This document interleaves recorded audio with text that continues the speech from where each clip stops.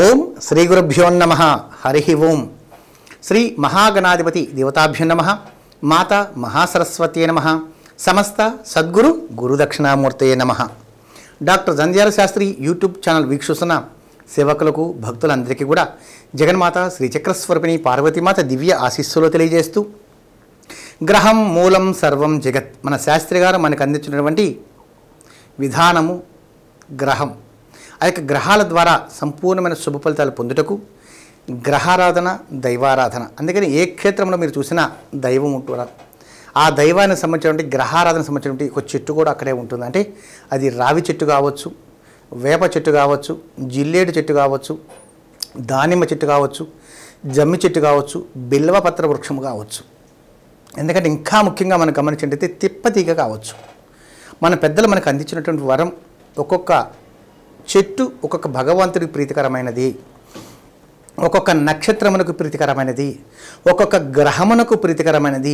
ఆ చెట్లు పూజించడం ద్వారా, ఆ చెట్ల యొక్క పత్రితో హోమాన్ని చేయటం ద్వారా, ఆ చెట్టు యొక్క ఆకు మనం తినడం ద్వారా, ఆ చెట్టు యొక్క బెరడు మనం తీసుకోవడం ద్వారా ఎన్నో రకాల ఫలితాలు మీరు పొందుతారు అని మన పెద్దలు మనకు అందించారు. కాబట్టి ప్రకృతిని కాపాడవలసిన అవసరం ఎంతైనా ఉందని ముఖ్యంగా తెలియజేస్తూ, సూర్య భగవానికి ప్రీతికరమైనది ఆర్కవృక్షము అంటారు. ఆర్క అంటే జిల్లేడు చెట్టు. చంద్ర భగవానికి ప్రీతికరమైనది మోదుగా అని చెప్తూ ఉంటారు. కుజ భగవానికి ప్రీతికరమైనది చంద్ర కొయ్య అంటుంటారు. మీరు చంద్ర కొయ్య కానీ గమనించినట్టయితే ఒక శంకుస్థాపన కార్యక్రమాలను నిర్వహిస్తే దాంట్లో చంద్ర కొయ్య పెడుతూ ఉంటారు. అంతేకాకుండా మనం తీసుకునే ఆహార పదార్థాలలో కూడా రోకలి అని చెప్తుంటారు. మీకు ఆ రోకలికి ఎంత శక్తి ఉందంటే, వివాహ మహోత్సవ కార్యక్రమాలు పెట్టుకున్నప్పుడు కూడా, లగ్నపత్రిక రాసినప్పుడు కూడా గురువుగారు పసుపు ఎప్పుడు కొట్టాలండి అంటారు. ఆ పసుపు కొట్టే ముహూర్త సమయంలో దేంతో కొడతారంటే రోకలతో దంచుతారు. ఆ రోకలి దేంతో చేస్తారంటే చంద్ర కొయ్యతో చేస్తారు. అంటే పసుపు కొట్టే శుభకార్యాలకు కావచ్చు, మనం తీసుకున్నటువంటి ఆహార పదార్థాలకు సంబంధించినటువంటి పచ్చలకు కావచ్చు, దేనికైనా ఆ చంద్ర కొయ్య ద్వారా దంచడం వల్ల అది మనం ఆహారంగా తీసుకోవటం ద్వారా ఆరోగ్య సమస్యలు చాలా వరకు క్లియర్ అవుతాయి అని చెప్పారు. అందుకనే చూడండి, రోటి పచ్చడికి మళ్ళీ వాల్యూస్ పెరుగుతూ ఉన్నాయి.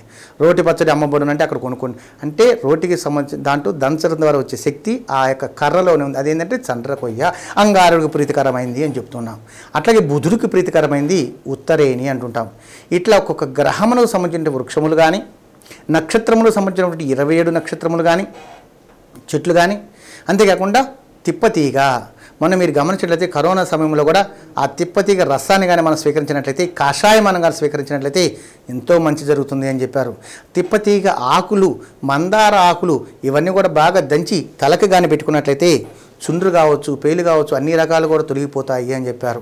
అంటే ఎంత మెడికల్గా పరంగా మనకు ఉపయోగపడుతుందో మనం గమనించినట్లయితే, ఇటు గ్రహాల సంబంధించిన మన పెద్దవాళ్ళు మనకు అందించిన శాస్త్రాన్ని పరిగణలోకి తీసుకుంటే గ్రహం సర్వం జగత్, గ్రహం మూలం సర్వం జగత్.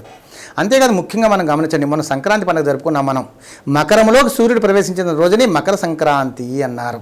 అంటే ఆ సూర్య భగవానుడి యొక్క గమనాన్ని బట్టే పండుగ నిర్దేశించింది. కాబట్టి ఈరోజు మనం పండుగలు జరుపుకుంటున్నాం. కాబట్టి ఆ గ్రహాలను కూడా, అది గ్రహానికి శక్తి ఉందా లేదా అని వాదించడం కన్నా కూడా పెద్దలు మనకు అందించిన సాంప్రదాయాన్ని మనం పాటించి సంపూర్ణమైన శుభ ఫలితాలు ప్రతి ఒక్కరు కూడా పొందాలని భావిస్తూ, కన్యారాశి పరంగా ఈ మాసం ముందు మనం గమనించినట్లయితే కన్యారాశి ఉత్తర ఫల్గుని నక్షత్రం 2, 3, 4 పదముల వారు, హస్తా నక్షత్రం 1, 2, 3, 4 పదముల వారు, చిత్తా నక్షత్రం 1, 2 పదముల వారు కన్యారాశి అంటారు. ఈ రాశి పరంగా మీరు గమనించి చూడండి.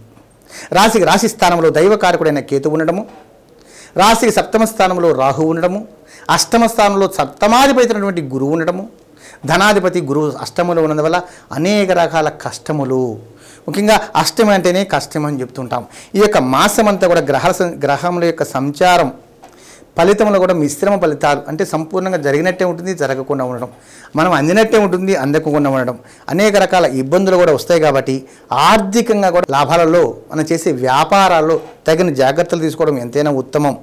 ఎందుకంటే గురువు బలహీనంగా ఉన్నాడు కాబట్టి ధనపరంగా ఇబ్బందులు వచ్చే అవకాశం ఉంటుంది. కాబట్టి ముఖ్యంగా మిత్రులు కూడా పోగొట్టుకునే అవకాశం ఉంటుంది. ఎందుకంటే మిత్రుల వల్ల ఒకరికొకరికి అపార్థాలు జరగటం, ఏదో ఒక శత్రుదోషాలు రావటం, విరోధాలు పెరిగిపోవటం వల్ల ఇబ్బందులు వచ్చే అవకాశం కూడా ఉంటుంది. కాబట్టి తగిన జాగ్రత్తలు తీసుకోవటం. అంతేకాకుండా స్త్రీల పరంగా కూడా విరోధాలు పెరిగిపోయే అవకాశం. ముఖ్యంగా ఎగ్జామ్స్ రాస్తున్నటువంటి విద్యార్థులు కూడా జాగ్రత్త వహించాలి. ఎందుకంటే రాస్తున్నటువంటి ఎగ్జామ్స్ రాస్తున్న విద్యార్థులకి ఆ సమయానికి గుర్తుకు రాకపోవటం వల్ల దాంట్లో వాళ్ళు ఫెయిల్ అయ్యే అవకాశం ఉంటుంది. కాబట్టి తగిన జాగ్రత్తలు తీసుకోవటం ఉత్తమం. అంతేకాకుండా ముఖ్యంగా జ్ఞాపశక్తి కూడా మందగించిపోవటము, పితృ మాతృ కలత్ర వంశసూతకములు పనులు ఎందుకు ఆటంకాలు, ఏ పని పట్టుకున్నా కూడా ఆటంకాలు, అది సూతకపరంగా రావచ్చు, ఇంకో రకంగా కావచ్చు, ఏదో ఒకటి ఆటంకాలు అయితే జరిగే అవకాశం ఉంటుంది. కాబట్టి తగిన జాగ్రత్తలు తీసుకోవటం. సంఘములో గౌరవ మర్యాదల పరంగా కూడా జాగ్రత్తలు తీసుకోవటం. ఎవరితో అంటే వాళ్ళతో మాట్లాడి ఇబ్బందులు తెచ్చుకోకుండా పెద్దల యొక్క దివ్య ఆశీస్సులు తీసుకోవటం వల్ల కూడా సంపూర్ణమైన శుభ ఫలితాలు పొందే గొప్ప అవకాశం మీకు లభిస్తుంది. కాబట్టి ఈ యొక్క పరిస్థితులన్నీ చక్కబెట్టుకోవాలంటే ముఖ్యంగా గురుకృప సంపూర్ణంగా ఉండాలి. అంటే గురువు యొక్క ఆరాధన చేయాలి. గురువు ఎవరంటే ఈ యొక్క మాసములో వస్తుండే మహాశివరాత్రి రోజు జరుగుతున్నటువంటి ఆ ఆది దంపతుల యొక్క పార్వతీ పరమేశ్వరులే గురువులు మనకి. ఆది గురువు ఎవరంటే పరమేశ్వరుడు అంటారు. ఆది దంపతులు ఎవరు అంటే పార్వతీ పరమేశ్వరులు అంటారు. ఒక భార్యాభర్తల యొక్క జీవితం ఎలా సాగాలి అంటే భార్యాభర్త అంటే పార్వతీ పరమేశ్వరులాగా ఉండాలి అంటారు. ఒక కుటుంబాన్ని ఏ విధంగా చూసుకోవాలంటే ఆ పరమేశ్వరులాగా చూడాలి అంటారు. పిల్లలకి పరీక్ష ఏ విధంగా పెట్టాలంటే ఆ పరమేశ్వరులాగా పెట్టాలి అంటారు. ఇవన్నీ కూడా మనకు తెలియజేసింది ఆ ఆది దంపతులు పార్వతీ పరమేశ్వరులు. కాబట్టి ఈ యొక్క మాసంలో వస్తుంటే మహాశివరాత్రి పూజా కార్యక్రమాల్లో తప్పకుండా మీరు ఆ దైవ దర్శనాన్ని చేసుకొని దైవ కృపకు మీరు పాత్రులు కాగలని ఆశిస్తూ ఆ పూజా కార్యక్రమాలు జరుగుతున్న అన్నప్రసాద వితరణలో కూడా తీపి పదార్థం, ఎందుకంటే గురువు చాలా ప్రీతికరమైనది తీపి పదార్థం, అది కేసరి రూపంలో పెడతారా లేకపోతే ఇంకా ఏదైనా తీపి పదార్థంగా హల్వా రూపంలో పెట్టచ్చు, ఏదో ఒక రూపం మీ శక్తి అనుసారం జరుగుతుంటే అన్నప్రసాద కార్యక్రమాల్లో 10 మందికి ప్రసాదంగా సమర్పించి సంపూర్ణమైన శుభ ఫలితాలు మీరు పొందాలని భావిస్తూ, ముఖ్యంగా ఈ యొక్క మాసములో 5వ నెంబర్ శుభసూచకమైన నెంబర్గా మీకు భావిస్తున్నాను. కాబట్టి 5వ నెంబర్ పరిగణలోకి తీసుకొని సంపూర్ణమైన విజయాన్ని మీరు పొందాలని, మీరు చూడటం మీ యొక్క దివ్య కార్యక్రమాన్ని మీ 10 మందికి తెలియజేసి సంపూర్ణమైన మీరు కూడా ఒక నిర్దేశకులుగా మారి ఒక గురువుగా మీరు ఉన్నత స్థితి మీరు పొందాలని కోరుకుంటూ ఈ యొక్క కన్యారాశి వారికి గురుశాప విమోచన ప్రసాద సిద్ధులని చెప్పి దీవిస్తూ సంపూర్ణ ధన ప్రభావం మీరు పొందాలని కోరుకుంటూ